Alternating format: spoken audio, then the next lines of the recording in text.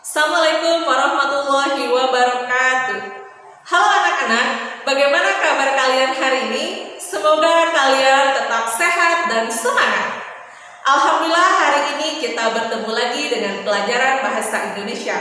Tentunya masih dengan Bu Lia.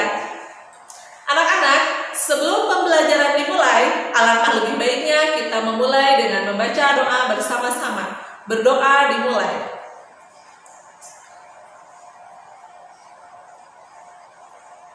Berdoa selesai. Semoga dengan doa-doa tersebut dapat memudahkan kalian untuk menyerap informasi yang akan Ibu sampaikan hari ini. Anak-anak, sebelum Ibu menjelaskan tentang materi hari ini, Ibu akan memberikan sebuah kata hebat, kata motivasi dari Arthur Wellesley. Orang hebat, orang bijak, belajar ketika mereka bisa. Orang bodoh belajar ketika mereka terpaksa. Nah, dengan motivasi tersebut, semoga kalian semua tergolong ke dalam orang-orang hebat dan orang-orang bijak. Dalam kondisi apapun, dalam kesempatan apapun, kalian harus terus semangat belajar. Baik anak-anak, selanjutnya Ibu akan memaparkan tentang kompetensi dasar apa yang akan kalian pelajari dalam teks prosedur kali ini.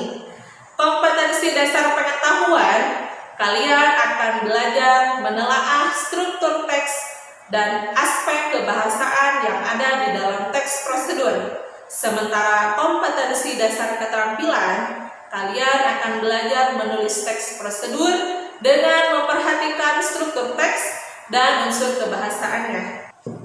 Adapun tujuan pembelajaran hari ini, setelah mempelajari tentang teks prosedur, diharapkan peserta didik dapat menelaah struktur teks dan unsur kebahasaan teks prosedur sehingga kalian dapat menulis teks prosedur dengan memperhatikan struktur teks dan unsur kebahasaannya. Agar pembelajaran hari ini lebih terarah, Ibu juga akan memaparkan peta konsepnya. Dalam pembelajaran hari ini, kalian akan menerima informasi tentang struktur teks, unsur kebahasaan, teks prosedur. Setelah kalian memahami struktur dan unsur kebahasaan teks prosedur, kalian juga akan berlatih menulis teks prosedur. Anak-anak, dalam kehidupan sehari-hari, pasti kalian pernah melakukan atau membuat sesuatu. Nah, untuk melakukan dan membuat sesuatu, tentunya kalian membutuhkan langkah-langkah atau tahapan-tahapan apa saja yang harus kalian lakukan. Sebelum Ibu menjelaskan lebih lanjut tentang teks prosedur, silakan simak video berikut ini. Halo, Assalamualaikum warahmatullahi wabarakatuh. Nama aku Anandia Rasyada Sabila. Pada hari ini aku akan memasak tempe nugget. Jadi ini ada alat dan bahan-bahannya.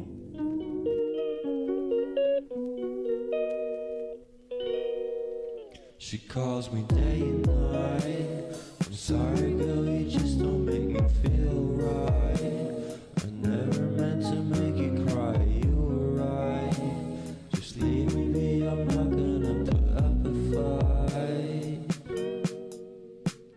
And every time you wake up feeling worse and then you check the time. It's never what it feels like, just throw me a dime. If everything was good then you would feel alive. If everything was good then you would feel alive. Everything was good then you would feel alive. If everything was good then you would feel alive.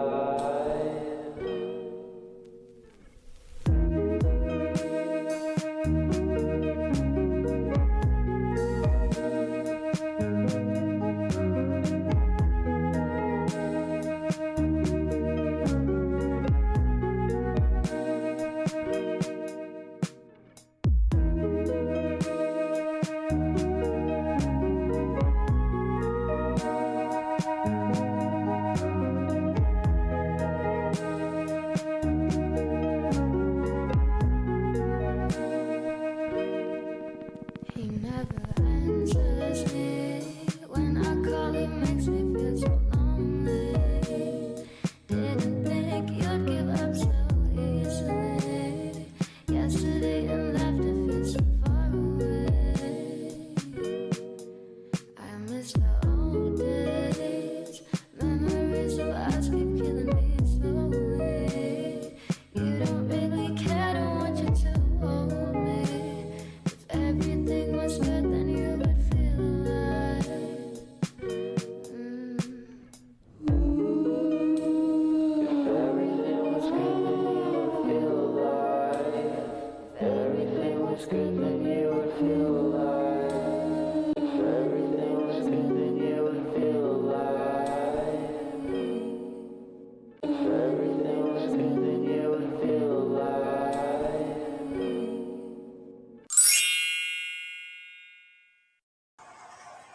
Nah, bagaimana dengan video yang barusan kalian lihat? Berdasarkan video tersebut, kita analisis yuk video tentang apakah yang barusan. Lalu, terbuat dari apa makanan tersebut? Bagaimana cara membuatnya? Dan apakah bahasa yang digunakan oleh modelnya itu mudah dipahami?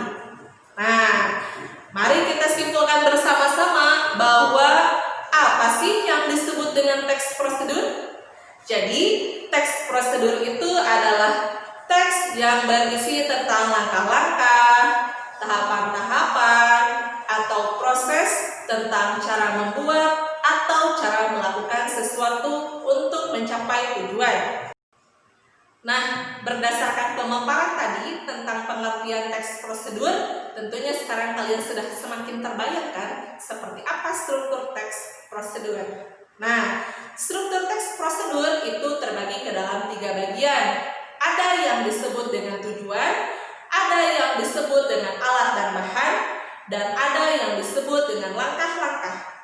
Seperti apa tujuan di dalam teks prosedur? Pada bagian ini, kalian akan menjelaskan apa yang akan kalian buat dan apa yang akan kalian lakukan. Perlu diketahui bahwa pada bagian tujuan ini, kalian sangat dilarang untuk mengungkapkan ungkapan-ungkapan yang sifatnya negatif. Contoh, misalnya kalian sedang membuat jus jeruk. Lalu di bagian tujuan kalian menuliskan pemirsa atau penonton, ya, ketika membuat jus jeruk ini pasti susah dilakukan di rumah. Nah, itu merupakan kata yang sulit atau kata yang sifatnya negatif. Hindari ya.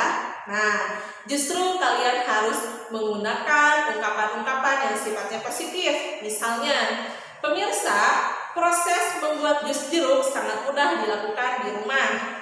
Atau misalnya, pemirsa, untuk membuat jus jeruk ini, pemirsa bisa menggunakan bahan-bahan seadanya di rumah. Ya, dan sebagainya. Yang kedua, ada yang disebut dengan alat dan bahan. Nah, pada bagian ini kalian akan menyebutkan alat apa saja yang dibutuhkan untuk membuat dan melakukan sesuatu, lalu bahan apa saja yang digunakan untuk membuat atau melakukan sesuatu. Misalnya, kalian akan membuat jus jeruk. Alat yang dibutuhkan atau alat yang diperlukan adalah misalnya gelas, blender, pisau, ya. Nah, selanjutnya lalu bahan. Nah, di dalam bahan kalian juga sebutkan bahan-bahan apa saja yang digunakan dalam pembuatan jus jeruk. Oke? Ingat, di dalam bahan gunakanlah kalimat-kalimat yang sifatnya jelas, ya. Jelas dalam segi ukuran atau takaran. Misalnya, kalian membutuhkan buah jeruk, ya. Nah, kalian beritahu pemirsa, beritahu penonton bahwa buah jeruk yang kalian butuhkan untuk membuat jus jeruk itu berapa buah, ya. Lalu misalnya gulanya, ya. Gulanya misalnya kalian membutuhkan 3 sendok. Nah, beri ukuran yang pasti. Artinya 3 sendok itu apakah 3 sendok teh, 3 sendok makan, atau 3 sendok apa? Nah, itu harus jelas. Selanjutnya, adapun tahap langkah-langkah. Nah, dalam langkah-langkah ini kalian akan menjelaskan langkah-langkah seperti apa sih cara membuat atau cara melakukan yang akan kalian jelaskan nanti. Ingat, untuk langkah-langkah ini harus dilakukan secara berurutan, tidak boleh diacak, ya. Kenapa harus berurutan? Karena agar pemirsa atau pembaca setelah membaca teks prosedur kalian dapat mencapai tujuan seperti apa yang kita inginkan. Selanjutnya adalah unsur kebahasaan dan aspek kebahasaan yang ada di dalam teks prosedur. Ketika kalian menulis teks prosedur, tentunya ada beberapa hal yang harus diperhatikan. Yang pertama adalah penggunaan kalimat perintah. Apa sih kalimat perintah? Nah, kalimat perintah itu adalah kalimat yang mengandung makna memerintah atau meminta seseorang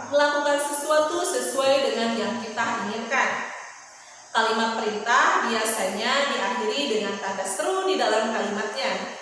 Contoh kalimat perintah di dalam teks prosedur misalnya, didihkan air, ya, atau masukkan bumbu dan bahan setelah air mendidih. Nah, itu yang disebut dengan kalimat perintah.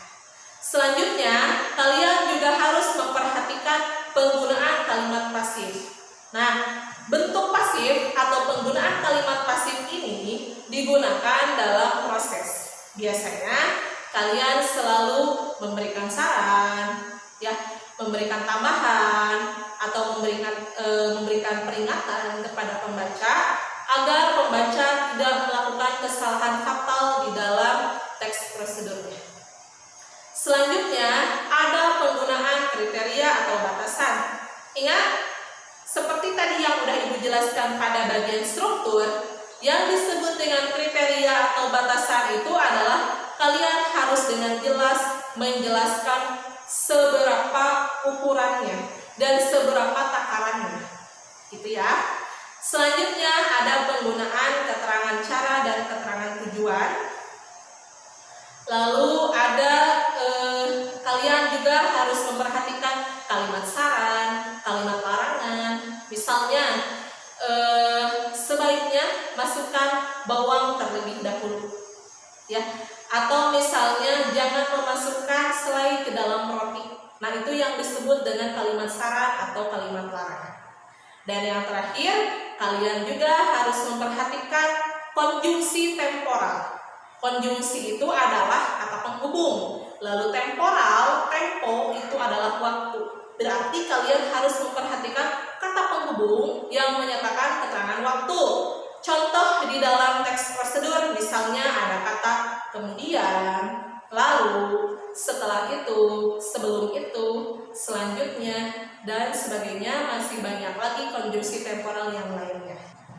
Baiklah anak-anak, setelah kalian mampu menelaah struktur teks dan unsur kebahasaan teks prosedur, terakhir kalian juga akan berlatih menulis teks prosedur. Nah, untuk berlatih menulis teks prosedur, tentunya ada beberapa langkah yang harus kalian perhatikan. Yang pertama, tentu saja kalian harus menentukan tema atau topik yang akan kalian bahas di dalam teks prosedurnya. Ya, misalnya kalian ingin membuat seblak, ya. Nah, berarti kalian nanti judulnya cara membuat seblak. Begitu. Nah, selanjutnya setelah menentukan topik, kalian juga harus mengamati cara membuatnya.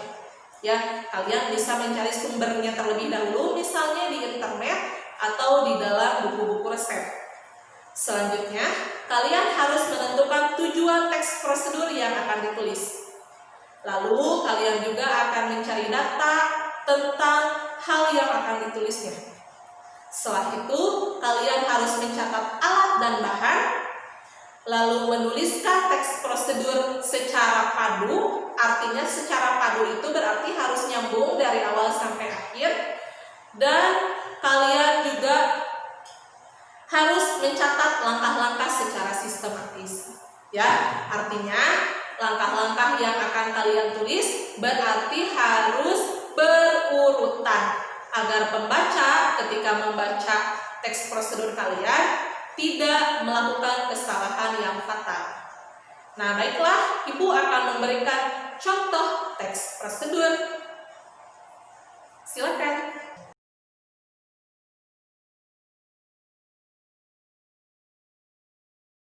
Nah, anak-anak, itulah tentang teks prosedur.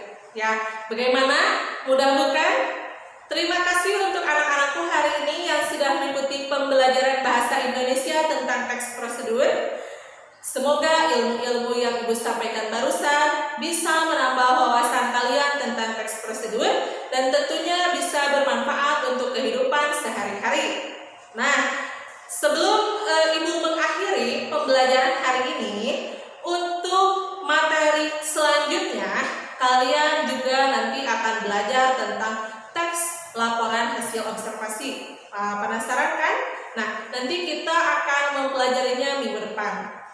Kita akhiri pembelajaran hari ini dengan membaca hamdalah bersama-sama. Alhamdulillahirrabbilalamin. Sekian dari Ibu, mohon maaf apabila terdapat kesalahan atau kekurangan.